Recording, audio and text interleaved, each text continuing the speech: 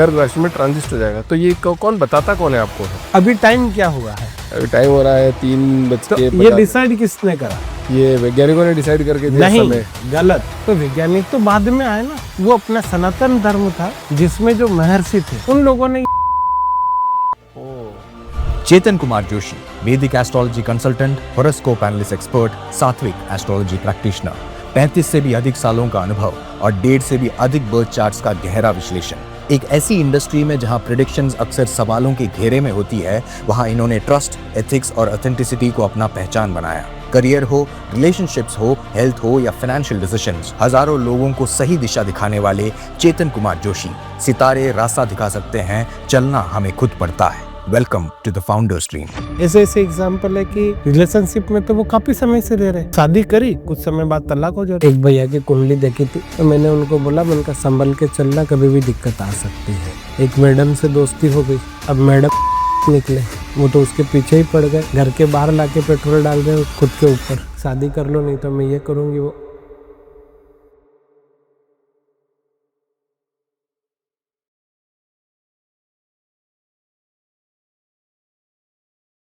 चेतन कुमार जी, नमस्ते सर। बहुत बहुत स्वागत है आपका नमस्ते सर। द फाउंडर्स ड्रीम में। कैसे हैं सर आप? मैं बढ़िया हूँ सर। बहुत शांत प्रवृत्ति के लग रहे हैं, एकदम बहुत शांत, एकदम ऐसे लग रहा है पानी बह रहा है, एकदम नेचर झरने से पानी बह रहा है, बिल्कुल शांत आवाज आ रही है। नेचर बिल्कुल ऐसा ही है। तो एस्ट्रोलॉजर्स का नेचर ऐसा कहाँ होता है सर? वो तो चिल्ला चिल्ला के बोलते हैं कि राहु शिफ्ट हो रहा है, शनि शिफ्ट हो रहा है, केतु ट्रांजिट हो रहा है, इंटरनेट पर ट्रेंड चल रहा है सर, और आपकी शांत प्रवृत्ति, कैसे आप इनके बीच में हो सर? सर वही चीज समझाने की कोशिश करेंगे आज हाँ आपको। बताइए सर कि एक्चुअल कॉमन पीपल की लाइफ में क्या ये राहु केतु शनि, ये एक्चुअली में क्या है, राहु केतु शनि है ना, ट्रांजिट होते हैं, मूवमेंट होते हैं, ग्रहों की चाल है। उनका नाम अगर अभिषेक रामू शामू होता तो? सर वो मतलब नहीं है यहाँ पे। राहु केतु शनि एक्चुअली में क्या है कि ये एक डर, एक फियर क्रिएट किया जाता है, ऑनेस्टली यही है। तो आज के जमाने में लोगों का क्या सोचना है कि डराएंगे तो पैसे देंगे, तो वो लोगों के सिर्फ डर क्रिएट कर रहे हैं। मेरा मानना ये है कि ऐसा नहीं होता है। अगर आपकी पत्रिका में अगर आपका राहु स्ट्रांग है तो वो आपको और ज्यादा सपोर्ट करेगा। अगर आपका शनि स्ट्रांग है तो आपका कार्य क्षेत्र बढ़ाएगा। अब मोमेंट हुआ है तो अच्छा भी तो हो सकता है ना। और अगर वही मोमेंट अगर आपका गलत हो गया है ना, कहीं ना कहीं, अब चूंकि शनि का मोमेंट गलत हुआ, मतलब अपने कुछ कर्म गलत थे। मतलब हर इंडिविजुअल की लाइफ में क्या वो पर्टिकुलर हर इंडिविजुअल की लाइफ में हर राशि पे नहीं जाएगा ये। अभी जैसे मेरी मेष राशि है ना, आपकी भी जैसे मेष राशि हो गई, तो मेरा ये मानना है कि दोनों का कैसे होगा, दोनों सेम नहीं हो सकते। आपका फील्ड बिल्कुल अलग है, मेरा फील्ड बिल्कुल अलग है, तो मेरा कहीं ना कहीं जुपिटर और केतु से रिलेटेड है, तब मैं इस फील्ड में हूँ, आपका बिल्कुल अलग है। अब रही बात, अपन बात कर रहे थे राहु शनि केतु, लोगों का काम होता है कि एक प्रकार से फियर क्रिएट करना सोशल मीडिया पे, ये सब चीजें, पर हम इन्हीं चीजों को बोलते हैं कि आप डरिए मत, आप समझिए, क्या पता आपकी पत्रिका में वही चीज अच्छी होगी। 2026 को कई एस्ट्रोलॉजर कार्मिक करेक्शन, मतलब कर्मा करेक्शन ईयर बोल रहे हैं। सर ऑनेस्टली क्या है, 2026 जब से 2026 चालू हुआ है, आप देख रहे हो 2026 ये हमारे वैदिक ज्योतिष में उल्लेख नहीं होता है। हमारे वैदिक ज्योतिष में 19 मार्च को नया साल चालू हुआ, विक्रम संवत 2083 है ना, कहीं ना कहीं। और वो जो संवत्सर है वो रुद्र संवत्सर के रूप में हुआ, उसका राजा गुरु है, प्रधान उसका मंगल है।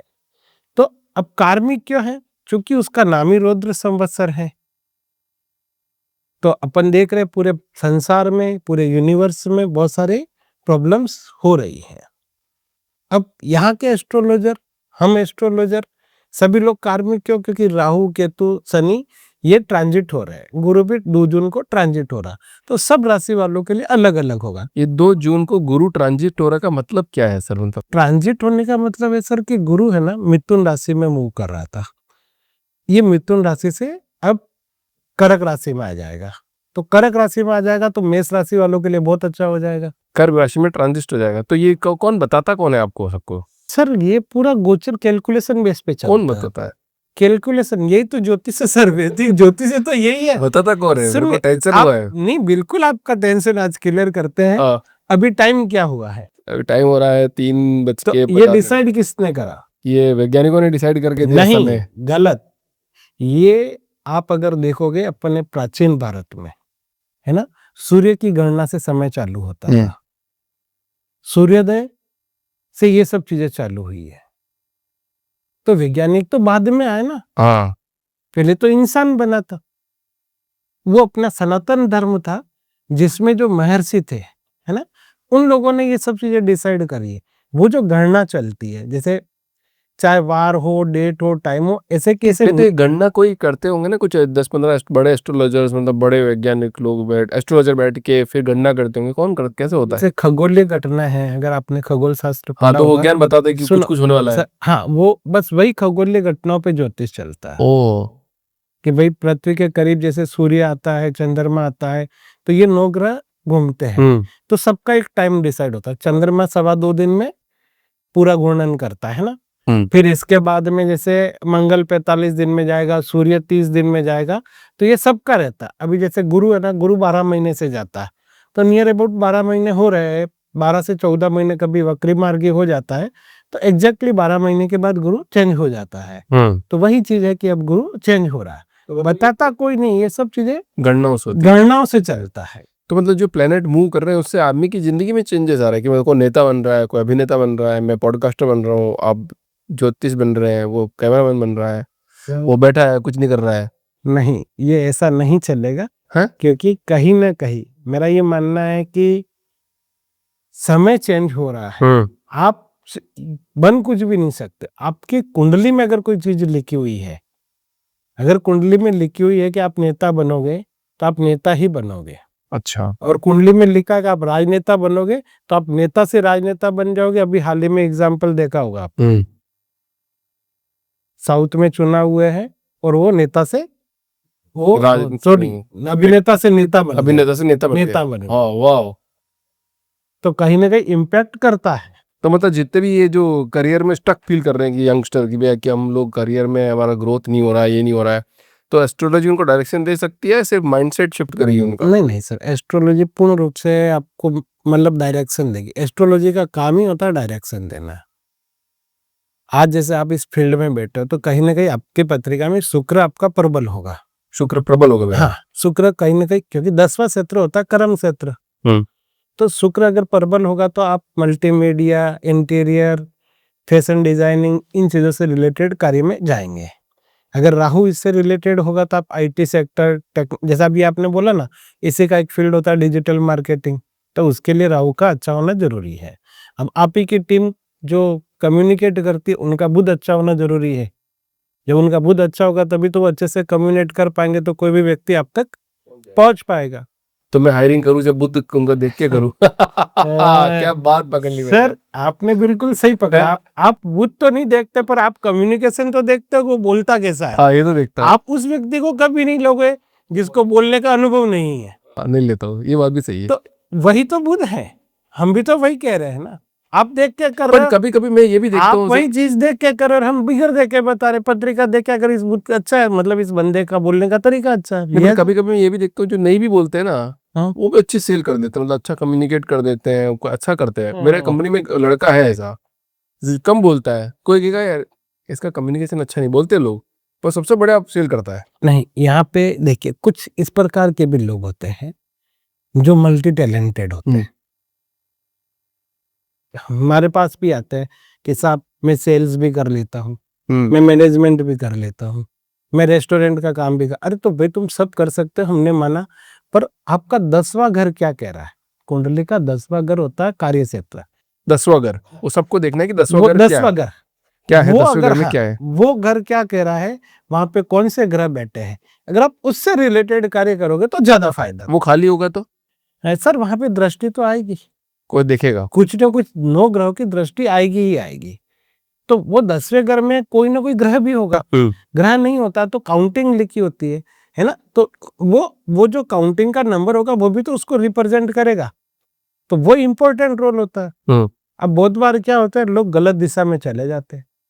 जो काम करना नहीं होता वो काम करते हैं, जीवन का एक बहुत बड़ा समय व्यर्थ कर देते हैं। हमारे पास आते साहब कि हम ये ऐसा ऐसा कार्य कर रहे हैं, फिर हमको समझाना पड़ता है कि भाई ये लाइन छोड़ के दूसरी लाइन पकड़ो। अब जैसे रावण है, रावण ने सीता माँ का हरण कर लिया, तो उसके पास तो अच्छे अच्छे लोग होंगे, अच्छे अच्छे ज्योतिष वाले लोग होंगे, उन्होंने बताया होगा ना तुम्हारी कुंडली में ये भाव है, ये दृष्टि ऐसे ऐसे हुई, तुम्हारा तो ऐसा ऐसा होगा, हाँ तो तुम ये मत करो। बरोबर से रिव्यू कर रहे हैं, बोल रहे कि ये, क्योंकि वो 10 विद्याओं का ज्ञान था उनको तो। रावण बहुत बड़ा ज्ञानी था, हाँ है ना। रावण इतना ज्यादा होशियार था कि उसने 9 ग्रह को बंदी बना लिया था। हाँ, ये भी देखा मैंने शिव पुराण में। समझा होगा आपने, सुना भी होगा, 9 ग्रह को बंदी बना लिया था। जब 9 ग्रह बंदी हो गए तो कोई भी ग्रह का असर उसके ऊपर जा ही नहीं रहा था। हाँ, ये देखा था मैंने, करेक्ट। यहाँ तक ठीक है। अब हनुमान जी की एंट्री होती है लंका में, लंका दहन होता है। तब शनि भगवान, सबसे पहले रावण ने शनि भगवान को अपनी जो सिंहासन था उसके नीचे दबा के रखा था। जब उसका सिंहासन हिलता है तो शनि भगवान सीधे सामने खड़े होते हैं, मतलब एग्जैक्टली छूट जाते हैं, रिलीज हो जाते हैं, सामने जाते हैं, सीधी नजर पड़ती है किसके ऊपर, रावण के ऊपर, और वहां पे उनकी लंका दहन होती है और वहीं से उनका पतन चालू होता है। Correct answer. और वहीं से लंका, मतलब लंका दहन भी होती है, वहीं से पतन चालू होता है। बहुत बढ़िया आंसर दिया सर। और कुछ पूछना चाहिए तो पूछिए आप। नहीं, मतलब ऐसे ही थोड़ा डाउट क्लियर कर रहा था, बट जो, क्योंकि मैंने शिव पुराण पढ़ी है, हाँ तो मुझे इसका थोड़ा सी, नहीं, इसका उल्लेख है उसमें। हाँ, इसका उल्लेख है, ये सारे ग्रहों को बंदी बना लिया गया सारे था। ग्रहों को उसके पिताजी जो थे ना, वो बहुत बड़े ज्ञानी भी थे। तो वो चाहते थे कि रावण सब पे राज करे, और रावण का सपना था कि मैं, मतलब पूरे, मतलब जितने भी तीनों लोग होते हैं, अब तो क्या होते हैं, संसार बोलते हैं हम लोग, यूनिवर्सल। उस वक्त 3 लोग हुआ करते थे कि मैं तीनों लोगों पे राज करूं। तो तीनों लोग को चलाने वाले नवग्रह थे, उस वक्त भी थे। तो आज की टाइम में लव मैरिज और अरेंज मैरिज के बीच में एस्ट्रोलॉजी के हिसाब से बिगेस्ट डिफरेंस क्या होता है sir? Sir astrology difference create नहीं करती, एस्ट्रोलॉजी आपको समझाती है कि भाई लव मैरिज हो सकती है कि अरेंज मैरिज। क्योंकि आजकल हर कोई, आज के युवाओं की एक सोच होती है कि यार शादी करनी है, अब कहीं ना कहीं एक अट्रैक्शन भी होता है। तो हमारा मानना ये है, अगर आपका वीनस एंड मून दोनों का कंजक्शन बहुत बढ़िया है, 5th हाउस का 7th हाउस से संबंध है, तो आपकी शादी हो सकती है। अगर इसके बीच में कोई भी ऐसा ग्रह आ गया है तो वो कंजक्शन अच्छा नहीं है, तो वो शादी नहीं होगी। अब वो अफेयर हो गया, कुछ समय तक चलेगा, फिर उसके बाद वो खत्म हो जाएगा। अब अरेंज मैरिज के लिए क्या होता है, गुरु देखते हैं हम लोग, सूर्य देखते हैं, कहीं ना कहीं फैमिली इन्वायरमेंट होता है सबसे बड़ा। अगर उन लोगों को लगता है और उनका गुरु अच्छा रहता, तो वो लड़के चाह के भी नहीं बोलते। अगर उनके पीछे 10 लड़कियां भी होगी ना, तो भी वो बोलेंगे नहीं, शादी तो मैं माँ बाप की इच्छा से ही करूंगा, बाकी सब चीजें अलग है। और कुछ लड़के ऐसे होते हैं जो माँ बाप उनके हाथ पैर जोड़ने पर, कभी कभी, एक छोटा सा एग्जाम्पल दूंगा, अगर 7th हाउस में राहु मंगल शुक्र की युति बन गया है, तो अक्सर ऐसा जातक या जातिका, लड़का या लड़की, उसका पार्टनर उसको शराबी टाइप का मिल जाएगा। ये जो ट्रांजिशन होते हैं, ये कंटिन्यू चेंज होते रहते हैं क्या, मतलब ये टाइम कुंडली लगता का है? तो फिक्स है, ट्रांजिशन चेंज होते हैं। कुंडली में जो छप गया वो फिक्स है कि बड़ी बड़ी घटना है तो ये होनी है। नहीं, बड़ी बड़ी घटना वो तो फिक्स हो गई है। जैसे इसमें अपन जो बात करें ना, लव मैरिज अरेंज मैरिज, इसमें एक क्वेश्चन और भी है, जैसे कि आजकल जो रिलेशनशिप है वो कितना समय तक चलता है, शादी तक पहुंचेगा कि नहीं पहुंचेगा, मतलब बहुत सारी क्यूरियोसिटी होती है आज के बच्चों को। अब आपको मैं बताऊं कि ऐसे ऐसे एग्जाम्पल है कि रिलेशनशिप में तो वो काफी समय से रह रहे, हाँ, है ना, शादी करी, कुछ समय बाद तलाक हो जाता है। हाँ, क्यों होगा भाई ऐसा? जबकि रिलेशनशिप में आप 8-10 साल से रह रहे हो, लंबे समय से रह रहे हो, फिर तलाक क्यों हो गया? शादी होने के बाद ऐसा क्या हो गया? एक्चुअल में 16 संस्कार होते हैं, जिसमें विवाह नाम का भी एक संस्कार होता है। आप जैसे ही उस संस्कार में बंधे तो आपकी वो चीज एक्टिवेट हो गई, क्योंकि विवाह में आपके 2 विवाह के योग थे। लव रोमांस तक तो ठीक था वो, पर आप जैसे ही विवाह में गए, आपके 2 विवाह के योग थे, तो कहीं ना कहीं वो दिक्कत आनी फिक्स थी, तो वो दिक्कत आएगी ही आएगी। इसके लिए फिर हम लोग सजेशन करते हैं शादी से पहले कुंभ विवाह, विष्णु विवाह या इस प्रकार का कुछ करना चाहिए ताकि ये प्रॉब्लम ना आए। तो वो पहले ही पता चल जाता है कि ऐसा ऐसा हो सकता है, सर दो विवाह हो बिल्कुल सकते हैं, बिल्कुल जातक का 2 विवाह हो सकते हैं, विवाह जातक होगा कि भी नहीं होगा। विवाह होगा कि नहीं होगा, ये भी बहुत इंपॉर्टेंट क्वेश्चन है। आज की जनरेशन क्या करती है कि कहीं ना कहीं अपने आप को डेडिकेटेड कर देती परिवार वालों के लिए। मोस्टली लड़कियां ऐसी हो रही है, लड़के भी बहुत सारे ऐसे हो रहे हैं, तो उनका भी पता चल जाता है कि ये शादी करेगा कि नहीं करेगा, क्योंकि ऐसी पत्रिकाओं को हम नॉर्मल भाषा में अटल बिहारी जी की और लता मंगेशकर जी की पत्रिका बोलते हैं कि ये पत्रिका वैसी है। तो हमको घर वालों में बोलना भी पड़ता, घर वाले परेशान होते हैं। घर वालों की तो क्या होती है, इच्छा होती है, जैसे आप हो भैया बेटे, तो सबके परिवार की इच्छा होती है कि यार भाई आखिर एटलीस्ट हमारा बच्चा शादी कर ले। शादी कर ले। पहले तो कर ले अपनी पसंद से, नहीं कर रहा तो फिर तू तेरी पसंद से भी कर ले, पर शादी कर ले। घर वाले एट लास्ट में सबसे अंत में यही जवाब देते हैं। अब उस बच्चे को तो करना ही नहीं है, उसने अपने पैशन को ही काम बना लिया, काम को ही शादी कर ली, तो वो तो उस पैशन में ही रहेगा।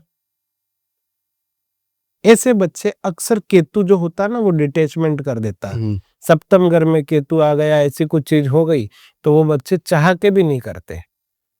अभी मान लो कि किसी के आपने चार्ट देख लिया, जन्म कुंडली देख ली, उसमें लिखा ही नहीं होगी इसकी शादी, तो कोई उपाय करने से, रत्न पहनने से, या फिर कुछ आपका कुछ ऐसा कुछ करोगे, जो आपने बोला ना कि ऐसा विवाह करा देते हैं, तुलसी विवाह करा दिया, ये कुछ करा दिया, तो क्या शादी का योग बन जाएगा? सर नहीं होगा।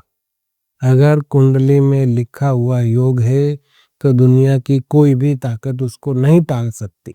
कोशिश भी नहीं कर सकते? बस वो कोशिश करवा सकते, कोशिश ही करवा सकते हैं, कोशिश ही। ऑनेस्टली यही है। ये आप जो बोल रहे हो ना, बड़े बड़े लोग बड़ी बड़ी बातें जोर जोर से चिल्लाने, वो सिर्फ अपना पुदीना बेचने का काम करते हैं। मान लेते हैं, केस लेते हैं सर, कि एक परिवार आया किसी एस्ट्रोलॉजर के पास में, और वो एस्ट्रोलॉजर को ज्ञान नहीं है, मान लो एक्सपीरियंस नहीं है, होता है अभी सीख रहे हैं, क्योंकि गलती हो सकती है, किसी से भी हो सकती है, और उसने कुंडली देखी उसकी, और मम्मी जी को बोल दिया आपके बेटे की शादी तो उसमें लिखी ही नहीं है। बोल, हो सकता है, चांसेस बहुत हाई है ना? हाँ। बोल दिया उसने, साइकोलॉजी इम्पेयर, मम्मी का बेटे का शादी नहीं होगी, घर का माहौल चेंज हो जाता है, तो पूरा परिस्थिति बदल गया ना। अब तो वो, तब परिस्थिति बदल गई, तब भी फिर वो शादी करेगा तो या उसकी शादी हो पाएगी? अब यहाँ पे सबसे इम्पोर्टेंट बात है कि यहाँ पे आप जो कह रहे हो ना कि आप एरे गेरे एस्ट्रोलॉजर के पास गए हो, इसके लिए हम बोलते हैं कि जेन्युइन और जो विश्वसनीय व्यक्ति और जो फेस टू फेस मिल सकता, तो वैसे व्यक्ति के पास जाए। आप सोशल मीडिया की रेमेडीज पे ना जाए, वो सिर्फ चूर्ण बेचते हैं। वो आज कुछ बताएंगे, कल कुछ और बता देंगे। हम बार बार आपसे वही कह रहे। एक केस था मेरे पास, दिल्ली का ही केस था। एक मैडम थे, परेशान थे, उन्होंने एक ऑनलाइन एस्ट्रोलॉजर को 50-60 हजार रुपए फीस दी थी। सेम कंडीशन थी, बच्चे की शादी नहीं हो रही थी, बच्चे विदेश में रहती थी। वो मेरे से मिले, मेरे से बातचीत हुई, मैंने स्पष्ट कहा, मैंने कहा दीदी आप परेशान ना रहो, ये अकेले भी खुश रहेगी और आपको भी खुश रखेगी। अब उस लड़की की उम्र 42 के करीब हो चुकी है, अब वो शादी नहीं करेगी, क्योंकि इसमें भी कुछ कुछ एज में योग बनते हैं, योग बनते हैं। अगर उस योग में अगर आपने रिस्क लिया और कुछ करार हो गया तो सबसे अच्छी बात है, अगर वो योग निकल गए तो फिर वो संभावना पूरी खत्म हो जाती। अपॉर्चुनिटी बार बार नहीं आती, मतलब अपॉर्चुनिटी 3 बार मौका देती है, बार बार नहीं मेरे को देती भी ऐसा है। लगता है, मतलब जैसे रियल वर्ल्ड में हर किसी के साथ 3 बार मौका देती, फिर बार बार नहीं, बार बार नहीं देगी वो। बोले कि नेक्स्ट का नंबर है, क्योंकि बहुत लोग हैं। देखिए, ये आप जो बात पूछ रहे हो ना, शादी और एक होती है डेथ। डेथ मतलब बोलना तो नहीं चाहिए, बहुत बार पत्रिका देखते हैं ना, पता चल जाता है, ये पता चल जाता है कि इस व्यक्ति की आयु अल्पायु होगी कि दीर्घायु होगी। पता चल जाता है। अब चूंकि शनि आ गया तो दीर्घायु है, वो व्यक्ति 80 प्लस का होके 70 प्लस, आज की तारीख में वैसे हम 80 मानते, पर वो 70 प्लस होके मरेगा, और उसकी मौत भी कैसे होगी, मृत्यु शैया पे। मतलब एटलीस्ट उसको लास्ट में बेड रेस्ट मिलेगा, 2-4-6 महीने तक बीमार रहेगा वो, ये पता चल रहा है। हाँ बिल्कुल, ये चीज। अब कोई अच्छे ग्रह बैठ गए तो पता चलता है कि एक्सीडेंटल डेथ हो सकती है, डिजीज से डेथ। पर ये बताते नहीं हो आप लोग, बोला जाता है सर बताते नहीं हैं, क्योंकि हम भी एक इंसान है, पर कभी कभी मेरी थोड़ी सी आदत है मैं अवेयर कर देता हूँ कि आप इसका ध्यान रखिएगा। मैं उनको बता देता हूँ पेरेंट्स को कि आप इसको 2 व्हीलर 4 व्हीलर ना दें, ऐसी कोई गलती ना करे कि हमको बाद में पश्चाताप करना पड़े, और लेट नाइट इसको बाहर ना जाने दें, और रेस ड्राइविंग के लिए स्पष्ट मना कर देता हूँ। जो मेरे को कारण दिखता है भाई, जैसे फूड पॉइजनिंग भी कारण, तो भी हम बता देते हैं कि इसका भी विशेष ध्यान रखें। अगर बीमारी है, अगर सपोज करो अष्टम का गुरु बैठा है ना, या छठा उस बीमारी का घर में गुरु बैठा है, आपको शुगर होने की संभावना है, तो हम पहले ही बोल देते हैं कि भाई जरा ध्यान रखना, शुगर होगी, शुगर से पहले फैटी लिवर होगा, और फैटी लिवर में हेपेटाइटिस अगर बढ़ जाता है तो तुम्हारे बच्चे के ऊपर खतरा, तुम्हारे ऊपर खतरा, किसी के भी ऊपर, जिस जातक की पत्रिका में ये चीज होगी उसको बता दिया जाएगा, उसको करना क्या और क्या नहीं करना है, ताकि उसको समझ में रहेगी कि भाई हमको आज की तारीख में सबसे बड़ी समस्या ओबेसिटी, और ओबेसिटी का मुख्य कारक होता है गुरु। 6-8-12 में बैठा या उसकी दशा महादशा चल रही, वैसे तो गुरु विजडम का ग्रह है, विजडम करता है, ग्रोथ देता है, काफी हद तक पैसा देता है, बहुत सारी चीजें, पर अगर ये कहीं ना कहीं माइनस हो गया तो आपको इस प्रकार की डिजीज दे देता है, परेशानी दे देता है। फिर आपको बोलना पड़ता है कि भाई आप मीठे से परहेज करें, मैदा ना खाएं। और जैसे मान लो आईटी सेक्टर में कोई काम कर रहा है, और वो तो आप लोगों को पता लग जाता है कि मतलब आईटी सेक्टर में ले ऑफ होने वाला है, चीजें होने वाली है। नहीं सर, ये पता हम नहीं कर सकते कि आईटी सेक्टर में ले ऑफ होगा, नहीं। यहाँ पे ये होती है प्रॉब्लम कि अक्सर क्या होता है, आईटी सेक्टर हो गया, बैंकिंग सेक्टर हो गया, व्यक्ति काम करता अपने जीवन से तन मन से 20-25 साल दे देता, अब वो जब 50 की उम्र में पहुंचता है तो वो उनको बाहर टिका देते हैं। फिर वो व्यक्ति हमारे पास आते हैं कि यार भाई अब हम क्या करें, क्योंकि अब न तो उनकी एज इतनी हो गई कि वो कुछ बड़ा कुछ कर नहीं सकते, क्योंकि रिस्क जो लेते हैं ना, बिजनेस चलता है रिस्क पे, रिस्क का एक एज होता है। अब वो 50-55 साल की उम्र में क्या रिस्क लेगा। फिर वो हमसे पूछते हैं कि हम अब करें तो करें क्या। तब हम उनको गाइड करते हैं कि भाई जॉब करनी है, छोटा मोटा कुछ कार्य करना है, या ऐसा कुछ नया स्टार्टअप करना है कि उससे आपकी चीजें आगे ग्रोथ कर जाए। मतलब जैसे कोई स्पिरिचुअली एकदम ट्रांजिशन हो रहा है किसी बंदे का, मतलब उसको लग रहा है कि मैं थोड़ा भगवान की तरह, आध्यात्म की तरह बढ़ रहा है, तो ये भी प्लैनेट्स करवाते हैं उससे एकदम से। केतु कराता है सबसे बड़ा, केतु। क्योंकि केतु क्या होता है, केतु डिटैचमेंट दे देता है, केतु कहीं ना कहीं डिटैचमेंट दे देता है। केतु के कारण व्यक्ति बहुत आगे तक जाता है, वो सबसे हट जाता है, वो पर्सनल लाइफ में भी अलग हो जाता है। केतु का काम ही अलग है। और हाँ, केतु यहाँ पे स्पिरिचुअल पर्सनैलिटी वही डेवलप होता है। गुरु ज्ञान देता है, गुरु आपको बहुत बुद्धिमान बनाएगा, गुरु आपको शिक्षक बनाएगा, पीएचडी करवा देगा, अच्छा ज्ञान दे देगा, डॉक्टर बना देगा, इंजीनियर बना देगा, सब चीजें। पर केतु आपको स्पिरिचुअल वो पर्सनैलिटी डेवलप करके देगा। तो ये सारा जो डेटा है, मतलब जो ये गुरु ट्रांजिट कर रहा है, लोग आ रहे हैं, मतलब बन रहे हैं, कुछ अच्छे बन रहे हैं, कुछ करोड़पति बन रहे हैं, कुछ नहीं बन रहे, तो ये सब कैलकुलेशन के अकॉर्डिंग आप बताते हो कि भाई कि ऐसा हजारों लोगों के साथ हुआ था, इस वजह से आपके साथ भी ये घटनाएं हो सकती है सर? ये ऐसा नहीं है? नहीं, बिल्कुल डेटा नहीं रहता है, ये एक एक्सपीरियंस बेस रहता है। एक थोड़ी देर के लिए मैं आपसे एक सवाल पूछता हूँ। पूछिए सर। आप इतने सारे ज्योतिषियों के पॉडकास्ट करते होंगे, आपको शक्ल से ही लग जाता होगा कि झूठ बोल रहा है कि सच बोल। ये बात तो सही कह रहे हो आप। मतलब 1 सेकंड में समझ जाते हैं कि ये व्यक्ति किस पर्पस से यहाँ आया। तो मैंने आपको पहले ही बोला, आपको देखो आप आए तो मैंने बोला ना कि देखो आप बहुत शांत लग रहे हो। मैं वही बता रहा हूँ, तो एग्जैक्टली अब इसका कोई डेटा है क्या आपके पास? डेटा तो नहीं है, पर्सनल एक्सपीरियंस है। यही एक्सपीरियंस हमारा पीढ़ी दर पीढ़ी चलता है। यही एक्सपीरियंस जो है ना, ये हमारा पीढ़ी दर पीढ़ी चल रहा है। तो हमारी आज कितनी ही पीढ़ियां हो गई जो हम इस फील्ड में काम कर रहे हैं। सर मेरे को भी नहीं पता, मैं 4थी पीढ़ी हूँ, मैं ये देखते देखते में, मेरे परदादा थे, दादा थे, पिता थे, और मैं है। हाँ, पर मेरे बच्चे नहीं कर रहे भी। तो आपको पहले पता चल गया होगा ना? सर वो एक बच्चा आईटी में है, आपको पता चल गया होगा पहले? हाँ, वो पहले से था, एक आईटी में और एक डॉक्टर है, तो दोनों ही उस अपने अपने फील्ड में है, और जबरदस्ती कर भी नहीं सकते। हाँ, दोनों ही अपने फील्ड में अच्छा कर रहे हैं। तो आपने तो अपने बच्चों का करियर मतलब एकदम जैसे उनका, जैसे जब जन्म होगा कुंडली देख ली, सब कुछ देख लिया कि ये लोग इस फील्ड में बेस्ट करेंगे नहीं करेंगे, सब कुछ पता चल गया होगा। एक चीज और बता दूं, मैं जन्म होते ही हम लोग नहीं, हमको पता रहता, पर हम कभी फोर्स नहीं करते, बच्चे की स्वेच्छा पे छोड़ देते हैं। बच्चा क्या करेगा, 5 साल 10 साल तक तो देखते हैं, फिर उसके बाद में हमको पता है कि इसको जाना किस में। आप जैसे जैसे उसको उसके करीब लाओगे, फिर वैसे वैसे उसका इसका इंटरेस्ट बढ़ जाएगा। तो बड़ा वाला आईटी में चला गया और छोटा वाला मेडिकल फील्ड में डॉक्टर है। तो दोनों ही बच्चे, मतलब ये तो बच्ची मेरा दोनों मानना बढ़िया ये चीज है ना, बढ़िया पोजीशन पे है। सर, पोजीशन तो बहुत बढ़िया है, हाँ मैं वो नहीं कहूंगा, पर ये हमारी पीढ़ी का, बोलते हैं ना, ज्ञान इस पीढ़ी में ये अब खत्म हो जाएगा। कहीं ना कहीं ये एक दुख का कारण है। हालांकि नो डाउट बच्चे सक्सेस हो गए हैं, वो नहीं है, पर कहीं ना कहीं ये चीज तो है कि ये चीजें अब आगे नहीं जाएगी। ज्ञान तो बढ़ता रहना चाहिए ना, पर ज्ञान, मैं वही कह रहा हूँ ना, पर रिकॉर्ड ये अपन जो रिकॉर्ड कर रहे हैं रहेगा ना, लाइफ टाइम रहेगा सर ये तो। लाइफ टाइम रहेगा। अब वो जो चीज है, वो अब नहीं रहेगी। हाँ पर मतलब आप पर्सनली देख नहीं पाओगे लोगों को, बहुत सारी चीजें नहीं हो बस पाएगी। एक समय के साथ मेरे भी तो बॉडी के ऑर्गन धीरे धीरे डाउन हो जाएंगे ना, कब तक करेंगे अपन। तो जैसे आप रेमेडीज की बात भी करते हो, प्रैक्टिकल रेमेडीज की, पर आपने बोला घटना का घटित होना तय है, तो रेमेडीज कैसे काम करेगी? एक एग्जाम्पल समझिए, बाहर अगर पानी गिर रहा है, बारिश हो रही है, आप क्या करोगे?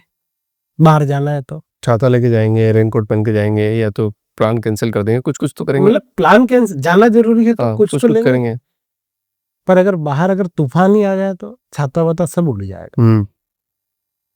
तो हम सिर्फ रेमेडीज के नाम पे वो कर सकते हैं कि भाई आपको छाता पकड़ा दिया, रेनकोट पकड़ा दिया, आपको बता दिया 2 घंटे के बाद जाए तो थोड़ा तूफान कम हो जाएगा। हम सिर्फ बता सकते हैं, पर ये नहीं होगा कि हम तूफान ही रोक देंगे, हम तूफान की दिशा बदल देंगे, ऐसा कभी नहीं होता है। जैसे सर अभी तो ये राजयोग लिखा होता है किसी कुंडली में, तो राजयोग का क्या मतलब होता है? राजयोग का मतलब होता है उसके प्लानेटरी पोजीशन अच्छी है, उसके ग्रह अच्छे हैं। तो राजयोग का मतलब गवर्नमेंट जॉब से नहीं जोड़ेंगे या फिर राजनीति से भी नहीं जोड़ेंगे। राजयोग का मतलब होता है उसका जीवन राजा जैसा जाएगा, उसकी लाइफ स्टाइल वैसी होगी। मतलब इसका एक एग्जाम्पल ऐसे भी समझ लो, जैसे हमारे दादा परदादा कहते थे कि अगर किसी एक गरीब के घर में एक बच्चे का जन्म हुआ, उस गरीब के पास 2 वक्त के खाने के लिए भी रोटी नहीं थी। पत्रिका देखी कि यार इसके तो राजयोग है। कुछ समय बाद पता चला कि उसके तो माता पिता ही चल बसे। थर्ड पर्सन ने आके संपर्क करा, यार भैया आप तो बोल रहे थे राजयोग है, तो कैसा राजयोग है? वो तो अनाथ हो गया। ये बोले भाई कुंडली देखी, जो लिखा वही बताऊंगा, मैं क्या कर सकता हूँ? माता पिता का सुख नहीं है ये तो मैं जानता हूं, पर है इसको राजयोग। कुछ समय बाद पता चलता है कि उसी व्यक्ति को अडॉप्ट कर लिया जाता है एक जानी मानी हस्ती के द्वारा, और वो वहां उसका ब्रॉटअप होता है पूरा। तो वो बंदा कहां से उठ के कहां पहुंच गया। ये बात रातों रात चेंज हो जाती चीजें, मतलब होना कुछ और था, हो कुछ और गया। और ये सब कुंडलियों में पता चल जाता है कि मतलब ये हो सकता है। पॉसिबिलिटीज रहती है, पॉसिबिलिटीज के बेस पे ही कुंडली चलती है। अच्छा, ये हेल्थ इश्यूज होते हैं किसी को, मतलब कैंसर हो सकता है या कुछ भी हो सकता है, तो उनका भी पता लगता है क्या कि ये बीमारी हो सकती है? काफी हद तक सब चीजें बताई जाती है। एक्चुअल में चंद्रमा जो रहता है वो मेंटल स्ट्रेस से रिलेटेड रहता है ना।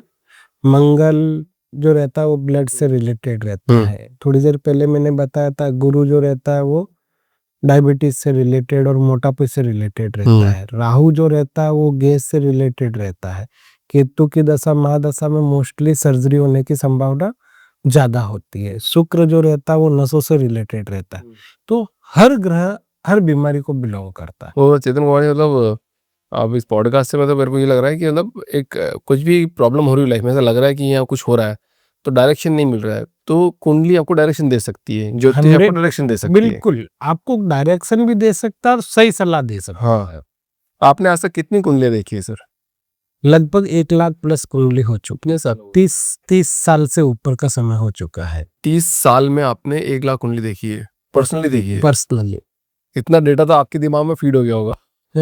डेटा फीड क्या, देखते ही समझ में आ जाता कि परेशानी क्या है। अच्छा, परेशानी पता चल जाती है। आजकल तो ये है कि जैसे ही पत्रिका खुलती है ना, तो समझ में आ जाता कि सामने वाले किस पर्पज से आया और इसको क्या परेशानी हो सकती है। अब तो अनुभव सा हो गया चीजों को देख के। तो आपके पास 30 सालों में सबसे ज्यादा वो केसेस किसके आते हैं? लव के आते हैं, मैरिजेस के आते हैं, फाइनेंशियल प्रॉब्लम के आते हैं, किसके आते हैं?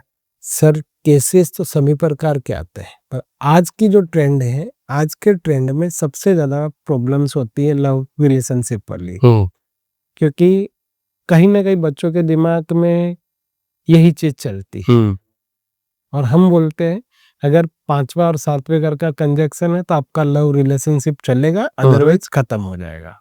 फिर कुछ बच्चे आते हैं कैरियर से रिलेटेड रहते हैं, वो कैरियर को लेके बहुत ज्यादा पॉजिटिव होते हैं, तो वो अपना पूरा दिमाग कैरियर पे लगाते हैं, तो उनके 10वें घर को देख के सलाह दे दी जाती है कैरियर को लेके। करेक्ट। और इसमें भी सबसे इंटरेस्टिंग क्या रहता है कि कुछ बच्चे ऐसे होते हैं जो इन सब चीजों को हैंडल नहीं कर पाते, वो मेंटल स्ट्रेस में आते हैं।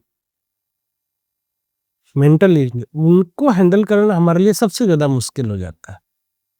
फिर कैसे हैंडल करते हो आप उनको? वो होते डिप्रेशन के पेशेंट। डिप्रेशन मतलब उनका चंद्रमा अच्छा नहीं है, क्योंकि वो एक कदम आगे बढ़ना नहीं चाहते। हम उनको समझाते भी कि नहीं ऐसे ऐसे, पर कहीं ना कहीं उनका चंद्रमा खराब है ना, तो वो हमेशा नेगेटिविटी की बात करेंगे। और मैं मानता हूं कि यूथ में ये सबसे बड़ी प्रॉब्लम है, क्योंकि आज उसके 4 दोस्त आगे चले गए तो उसने अपने दिमाग को पीछे स्टक कर लिया, वो आगे नहीं कर रहा है। तो उसके लिए फिर चंद्रमा के इलाज किए जाए, चंद्र से रिलेटेड कार्य किया जाए, है ना। वैसे तो सीधी भाषा में बोलूं तो एक बार साइकियाट्रिस्ट से कंसल्ट करना चाहिए, टू बी फ्रैंक, पर फिर भी इसके साथ साथ उसके साथ चंद्रमा का इलाज करना चाहिए, तो उसकी प्रॉब्लम सॉर्ट आउट होगी। ये कुंडली मिलान और भ्रूण मिलान क्या होता है सर? कुंडली मतलब क्या होता है, एक व्यक्ति की एक आत्मा है। अब अपन जैसे 2 व्यक्तियों के बारे में मिलान कर रहे हैं कि इन दोनों का जीवन आगे कैसे जाएगा, क्या नहीं होगा, तो उन दोनों के बारे में वो सब चीजें बताई जाती है कि ये इनका वैवाहिक जीवन आगे जाएगा कि नहीं जाएगा, क्या इनमें संतान प्राप्ति में दिक्कत तो नहीं होगी, क्या इनको कुछ मेडिकल प्रॉब्लम तो नहीं होगी, इनका कैरियर कैसा रहेगा, ग्रोथ कैसा होगा, फैमिलियर कितने रहेंगे, ये सब चीजें। क्योंकि ज्योतिष में एक लग्न होता है, लग्न के बेस पे सब चीजें निकाली जाती है। कुंडली मिलान में अष्टकूट मिलान होता है, 8 प्रकार की चीजें मिलाई जाती है, तो वो सब चीजें मिला के सारांश निकाला जाता है। फिर इसमें इनके नवमांश देखा जाता है दोनों का। अगर नवमांश अच्छा है तो ऑब्वियसली दाम्पत्य जीवन अच्छा जाएगा, और नवमांश अच्छा नहीं है तो बहुत बार क्या होता है, शादी करके आदमी फंस जाता है, परेशान हो जाता है, और वो सोचता है कि मैंने सबसे जीवन की सबसे बड़ी गलती रही शादी। ये तो वैसे सभी बोलते वो बोलना अलग होता है, पर वास्तविकता अलग होता है। जो समस्याएं भोग रहे होते हैं उनको ज्यादा दुख होता है। मतलब जब कोई भी व्यक्ति आपसे ऐसे सवाल पूछेगा, 1-2 सवाल पूछना चाहता है कि मेरी मैरिज या फिर जॉब या बिजनेस के बारे में बता दो, तो आप ऐसे ही बता सकते हैं? फिर पूरी कुंडली देखनी पड़ेगी, अंतरदशा, महादशा सब देखनी पड़ेगी? इसमें क्या रहता है भाई साहब कि आज के जमाने में सबके पास टाइम की कमी है। अब जो स्टूडेंट है उनको तो ज्यादा कुछ जानना नहीं होता है, वो सिर्फ एक सवाल ही पूछना चाहते हैं। फिर फीस भी रहती है, तो कहीं ना कहीं वो भी मायने रखता है। तो फिर वो बोलते हैं कि भैया हमको सिर्फ एक ही क्वेश्चन पूछना, उस पर्पज से हम लोग उनको फिर एक प्रश्न का उत्तर दे देते हैं। और इसका फायदा ऑनलाइन उठा लिया है कि चैट करो 200 रुपए में और आंसर पालो। सर तो उसे आंसर मिलता है वहां से? नहीं, मैं देखिए मैं किसी के खिलाफ तो नहीं जाऊंगा, पर माध्यम वो है कि ऑथेंटिक कितना है। कैसे पता चलेगा वो ऑथेंटिक? ऑनलाइन में तो नहीं पता चला पाएगा ना कि आपको कौन सा पंडित है क्या बोल रहा है। मैंने वही बोला ना, एक साइकोलॉजी इम्पैक्ट कर देगा। मैं आपको वही कह रहा हूँ कि वो आपको, अगर आज आप किसी के पास जाएंगे तो किसके पास जाएंगे? मैं तो फिजिकल आदमी को देखूंगा। फिजिकल ऑब्वियसली कहीं ना कहीं जहां पे अपना विश्वास होगा। अरे ये देखिए 2 चीजें होती, एक तो डॉक्टर और एक ज्योतिष। अपन डॉक्टर में भी सेकंड ओपिनियन जरूर लेते हैं, और फिर भी अगर ऑपरेट कराना तो उसके पास जाएंगे जिसको हम जानते हैं या जिसके बारे में हमने सुन रखा है। करेक्ट। एग्जैक्टली ज्योतिष उसके पास जाइए, उससे मिलिए, उससे बात करिए जिसको आप जानते हैं या समझते हैं। आपको कोई कुछ भी बोल रहा है तो एक बार उसको सेकंड ओपिनियन जरूर लीजिए, लेना ही पड़ेगा। नहीं तो आप एकदम मत जाइए, आप घर में जाओगे, आपके डिसीजन आपके गलत हो जाएंगे। मतलब कभी कोई ऐसी कुंडली देखी सर आपने जिसमें मतलब आपने कुंडली देखी हो और फिर कुछ हो, फिर बाद में उसी जीवन में कुछ और हो गया हो, ऐसा कभी हुआ? 2-3 एग्जाम्पल है सर। क्या है जैसे? अभी हाल ही में एक भैया की कुंडली देखी थी, उनके शुक्र राहु की युति बनी हुई थी सप्तम में, तो थोड़ा सा कैरेक्टर ऊपर नीचे था। तो मैंने उनको बोला, मैं उनका संभल के चलना, कभी भी दिक्कत आ सकती है। एक मैडम से दोस्ती हो गई। अब मैडम कार्मिक निकले, वो तो उसके पीछे ही पड़ गए, घर के बाहर लाके पेट्रोल डाल रहे हैं उसके खुद के ऊपर, शादी कर लो नहीं तो मैं ये करूंगी वो, इसको बोलते हैं टॉक्सिक रिलेशन। ये तो सबसे वर्स्ट है, मतलब दुनिया की सबसे खतरनाक चीज है। यहाँ पे क्या है, आपका पांचवा घर कंजक्ट तो हो रहा है पर आप उसको समझ नहीं पा रहे हो। हम आपको समझाने की कोशिश कर रहे हैं कि देखिए लव रोमांस ठीक है, मैं मना नहीं करूंगा, पर ऐसे व्यक्ति के साथ ना जुड़े जिससे आगे जाके तकलीफ होगी आपको, क्योंकि उसका मैंने साफ देख रहा हूं कि उसका तो दिमाग 7वें आसमान पे रहता है। वो कभी भी आपको मतलब इस प्रकार से फंसा सकती है, परेशान कर सकती है। एक तो इस प्रकार के केसेस।